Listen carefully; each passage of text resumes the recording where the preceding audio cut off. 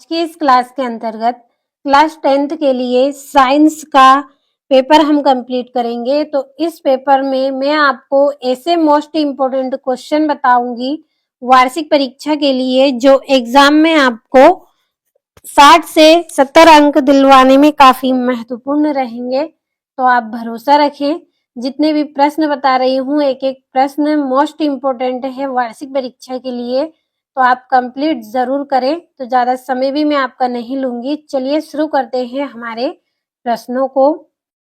पहला आपका प्रश्न है, सही विकल्प चुनकर लिखिए।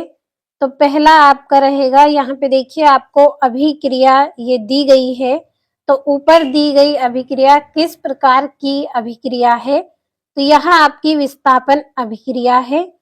दूसरा है, खाद्य पदार्थ के डिब्बों पर जिंक की बजाय टीन का लेप होता है, क्यों होता है?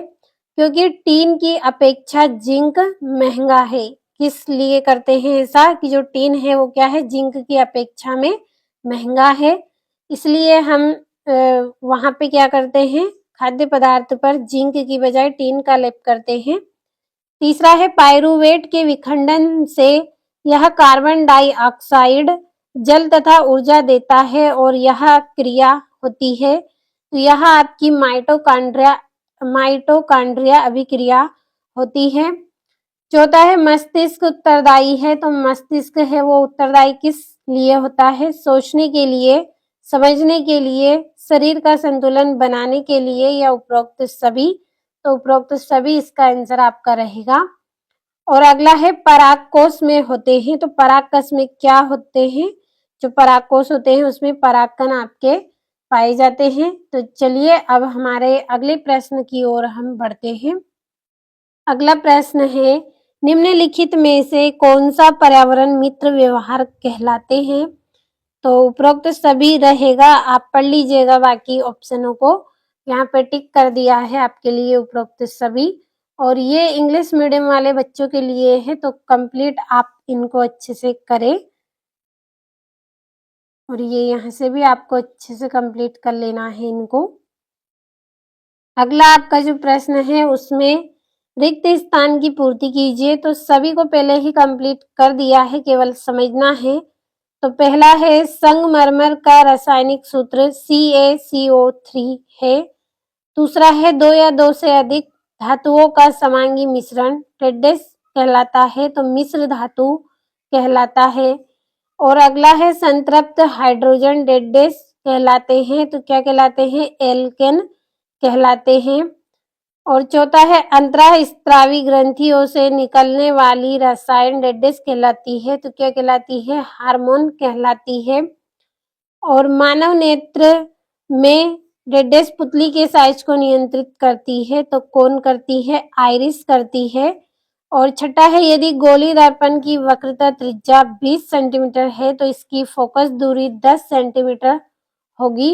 तो ये हो गए हैं आपके रिक्त स्थान। और इंग्लिश मीडियम वाले बच्चे आप इनको ट्रांसलेट कर लें और भरोसा रखें, पूरे प्रश्न वार्षिक परीक्षा के लिए बताए हैं, कंप्लीट आप इनको जरूर करें। और तीसरा है, असत्य और सत्य आपको चयन करना है। पहला है, जिंक तथा लेड कॉपर की अपेक्षा अधिक क्रियाशील है। तो सत्य है। दूसरा है, बायोगैस एवं संपीड़ित प्राकृतिक गैस CNG का प्रमुख घटक एथेन है। तो असत्य है। तीसरा है, वृक्क की संरचनात्मक इकाई नेफ्रॉन है। तो सत्य है। चौथा है, सभी अनैच्छिक क्रियाएं पश्चिम मस्तिष्क में स्थित मेडुला द्वारा नियंत्रित होती है। तो सत्य है। पांचवा, विद्युत धारा मापने के लिए वोल्टमीटर का प्रयोग किया जाता है। तो सत्य है। और प्रिज्म द्वारा बैंगनी रंग का विचलन सबसे अधिक होता है। तो ये भी आपका सत्य रहेगा। अगला आपका जो प्रश्न है, सही जोड़ियां आपको बनानी है। पहला है, टमाटर। तो टमाटर का आएगा ऑक्जेलिक अम्ल पाया जाता है।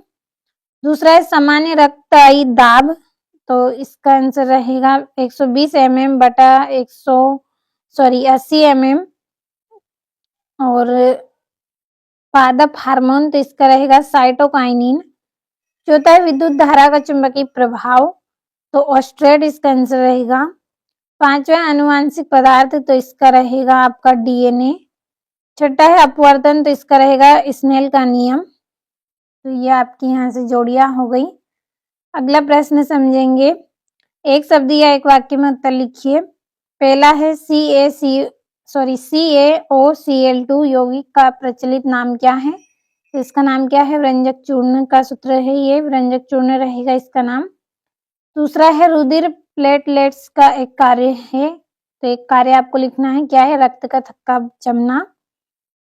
तीसरा है वंशागत लक्षण का एक उदाहरण लिखिए। त्वचा का रंग और आंख का रंग।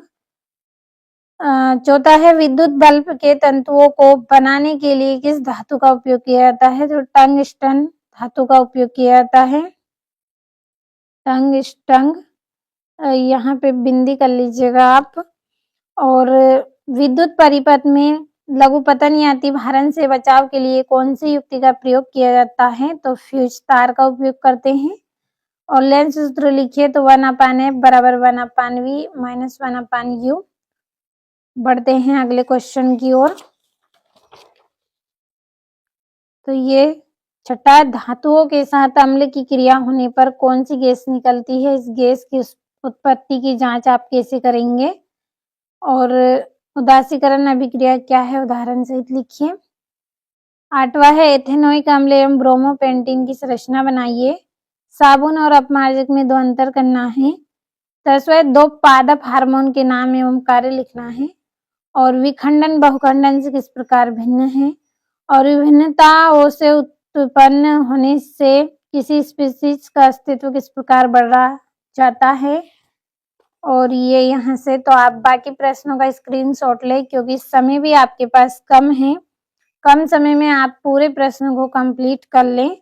और मैं आपको लगातार वार्षिक परीक्षा की तैयारी भी करवा रही हूँ। उसके लिए मैं आपको मॉडल पेपर दे रही हूँ, जिसमें ऐसे आपके प्रश्न रहेंगे जो एग्जाम में पूछे जाते हैं।